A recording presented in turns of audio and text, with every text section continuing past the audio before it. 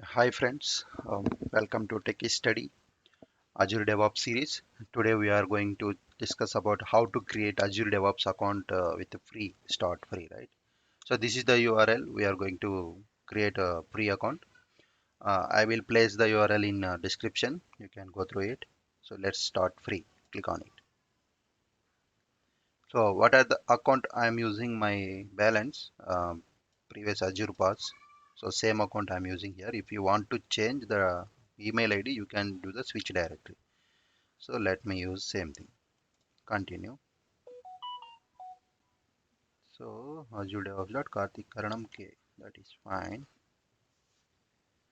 So 3MKOYGP5. Continue. Mhm. QGHM. Yes.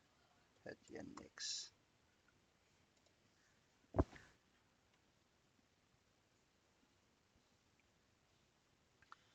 It's creating the account, free account.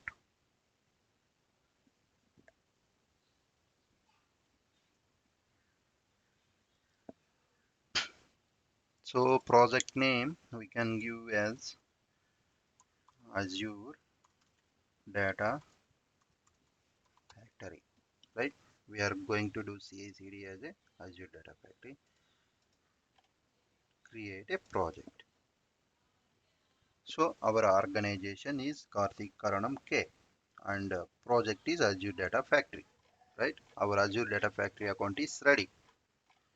So next sessions we are going to discuss about how to configure the Azure DevOps account in ADF, Azure Data Factory.